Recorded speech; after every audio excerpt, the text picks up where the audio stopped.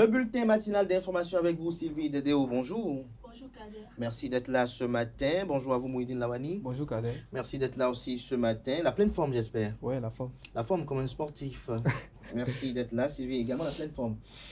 Ouais. Ce matin, on démarre avec l'inauguration du nouveau marché moderne d'Arongbo, une infrastructure clé pour dynamiser l'économie de la capitale du Bénin. Bonjour à tous et bienvenue dans le bulletin d'information. Le 5 août 2024, Porto Novo a célébré l'inauguration du nouveau marché moderne d'Arongbo, marquant un tournant pour l'économie de la capitale du Bénin.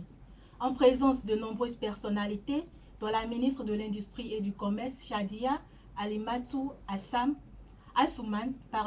et la directrice générale de la NAGEM, Eunice Loisel-Kenifor, l'événement a mis en lumière les avantages de cette infrastructure moderne. Avec 200 étals, installations de stockage, équipements de sécurité et espaces commerciaux, le marché vise à améliorer les conditions de vie des commerçants et consommateurs tout en dynamisant l'économie locale. Le Bénin a franchi un nouveau cap dans son développement économique en se classant deuxième en Afrique dans l'évaluation CPIA 2023 de la Banque mondiale.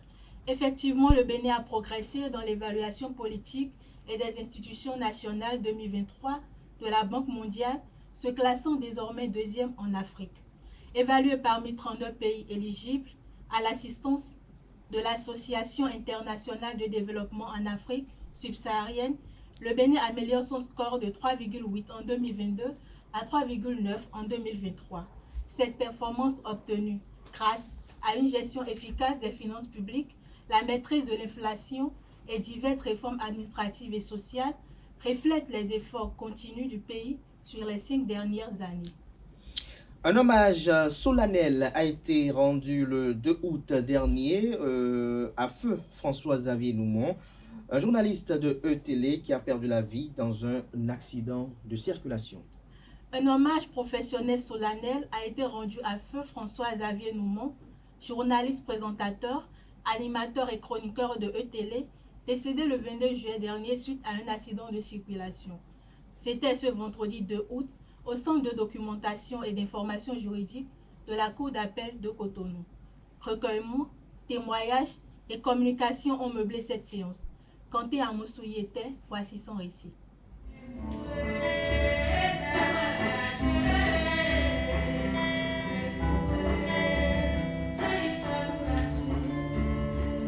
Décédé le 22 juillet dernier des suites d'un accident de circulation, un hommage professionnel solennel a été dédié au regretté confrère de E-Télé, François-Xavier Noumon, dans l'après-midi de ce vendredi 2 août 2024. J'avoue que depuis ce 22, je retourne la scène et je me dis que j'avais envie de ça, j'avais envie de me libérer.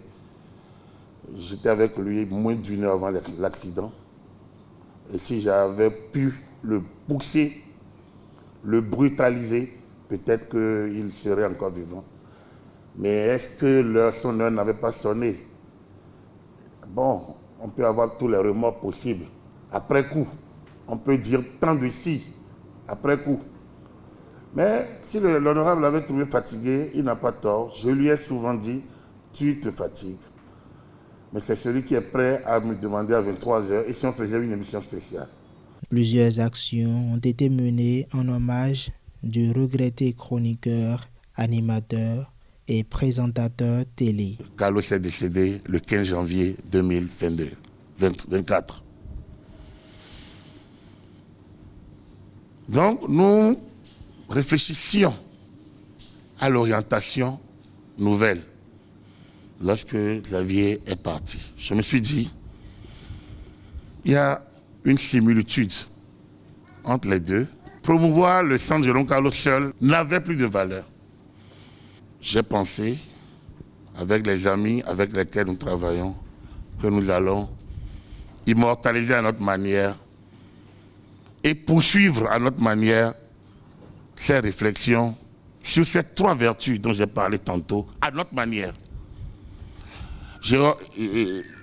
Xavier et moi, je pense que nous partageons au moins ça, comme j'ai dit, le développement de notre pays. Il a une fille de 3 ans.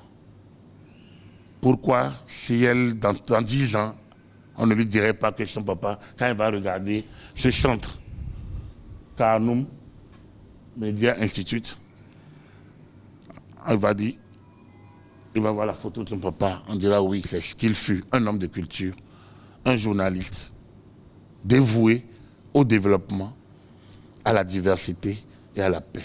Ils sont plusieurs à se déplacer au centre de documentation et d'information juridique de la Cour d'appel de Cotonou pour témoigner les qualités du journaliste disparu. Je n'ai pas de relation particulière avec lui. J'ai eu des relations professionnelles avec lui. Dans un cadre avec le directeur de la télévision, j'ai surpris un de ses témoignages. Nous étions dans un cadre intime par ailleurs, et il disait qu'il a eu la chance de rencontrer dans sa vie Xavier Noumon. C'est le mot qu'il a utilisé, parlant donc de son organe. Il a parlé en termes de chance. Et puis après, de loin, j'ai vu le monsieur, j'ai observé le monsieur. Prière, communication et projection de films ont meublé cette journée d'hommage professionnel. Ceci, après la messe à l'église Saint-François d'Assise de Fidjousset, le baptême du studio central de ETélé au nom de François-Xavier Alim Noumon et une prière musulmane à la mosquée de Vedoko.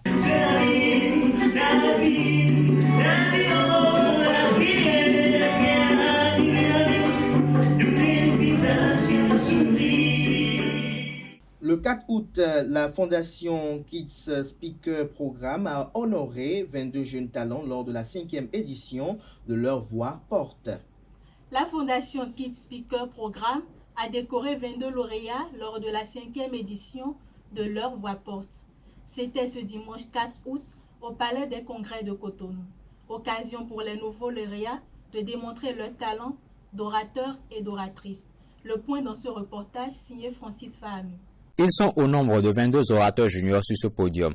Ce dimanche, la Fondation Kids Speaker Programme décore ses lauréats. Il s'agit de la 5e édition de Leur Voix Porte. C'est évidemment le plus grand événement que nous organisons l'année, la grande plaidoirie Leur Voix Porte. Et c'est avec beaucoup de fierté, beaucoup de satisfaction et beaucoup d'engouement que nous mettons un thème en fait à cette année. C'est un plaisir pour moi en fait d'être témoin de cet événement-là en tant qu'acteur, mais en tant que spectateur également, c'est tout un régal.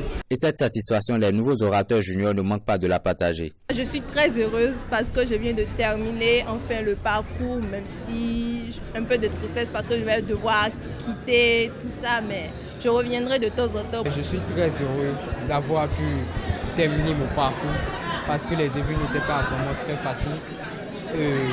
Au départ, on avait beaucoup de stress pour monter sur scène.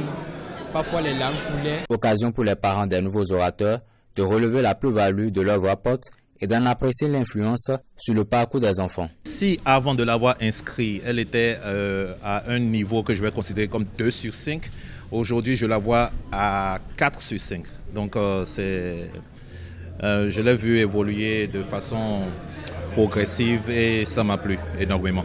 J'ai regardé ma fille aller au KSP durant une année et je l'ai vu prendre de l'assurance et pouvoir lire un discours. Je vous donne un exemple. Il y a un mois, c'était son anniversaire et elle a tenu un discours de 10 minutes devant ses invités et ça m'a vraiment épaté. Et c'est avec ces genres d'action qu'on commence par quand même ressentir l'impact que la formation a sur nos enfants. Depuis sa création, la Fondation KSP forme des centaines d'orateurs juniors. Quelques parents et invités apprécient le déroulé et la prestation de leurs enfants. Suivons à présent les propos recueillis de quelques invités et parents d'orateurs juniors au sortir de cette cérémonie au micro de Francis Fahami. J'étais là dès le début, donc depuis la première édition, nous sommes porteurs donc de cette initiative avec toute l'équipe, avec coach Dildas et toute l'équipe.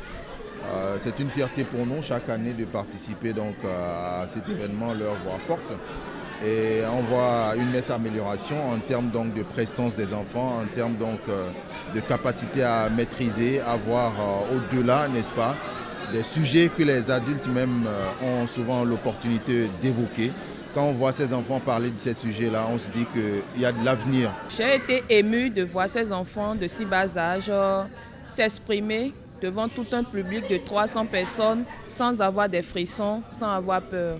J'ai été véritablement émerveillé de voir des enfants de 5 ans, de 7 ans, de 12 ans, de 13 ans parler en public aisément. Moi, je n'ai pas eu cette chance et puis la petite histoire, j'ai commencé à parler en public en classe de terminale quand j'ai repris le bac. Je m'attendais à ce qu'elle puisse faire de meilleurs discours devant un oratoire. Je m'attendais à ce qu'elle puisse avoir maîtrisé l'art de l'oration, maîtriser l'art du discours, tout simplement. La particularité que j'ai plus aimée, c'est le fait de pouvoir montrer aux enfants qu'ils sont capables de faire des choses comme des adultes, qui sont capables de prester devant des gens, de prester bien devant un public inconnu qu'ils ne connaissent pas. Je la savais très timide, elle a l'image de ses parents.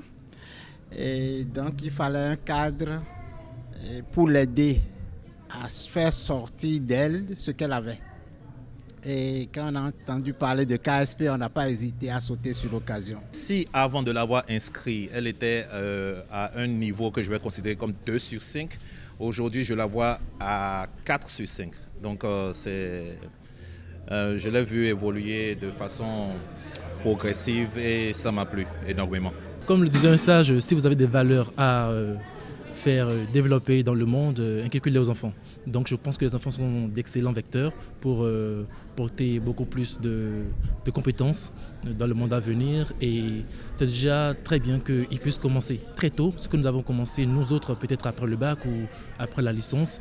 Et cela contribue fortement à leur développement personnel et également à la contribution qu'ils apporteront au développement du pays, pourquoi pas de l'Afrique, voire du monde. Ce qui m'a le plus impressionné chez les orateurs aujourd'hui, c'est de les voir tellement confiants, c'est de les voir si jeunes, c'est de les voir si audacieux. Au KSP, je pense que déjà j'ai commencé à développer la facilité à m'exprimer devant un public que je ne connais pas, de pouvoir mieux articuler et d'avoir une certaine assurance devant un public pour faire passer mon message. Les changements sont là et on remarque qu'elle a de plus en plus confiance en elle, elle s'exprime librement, ce que nous à son âge on n'avait jamais le courage de faire.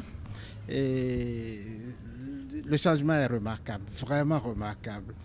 Et je profite de cette occasion pour remercier toute l'équipe de KSP, tous les encadreurs, tous les coachs pour le travail qui se fait. Et si j'ai une prière à faire, c'est que ça continue et longtemps pour les générations à venir. Déjà, c'est une très belle expérience sociale.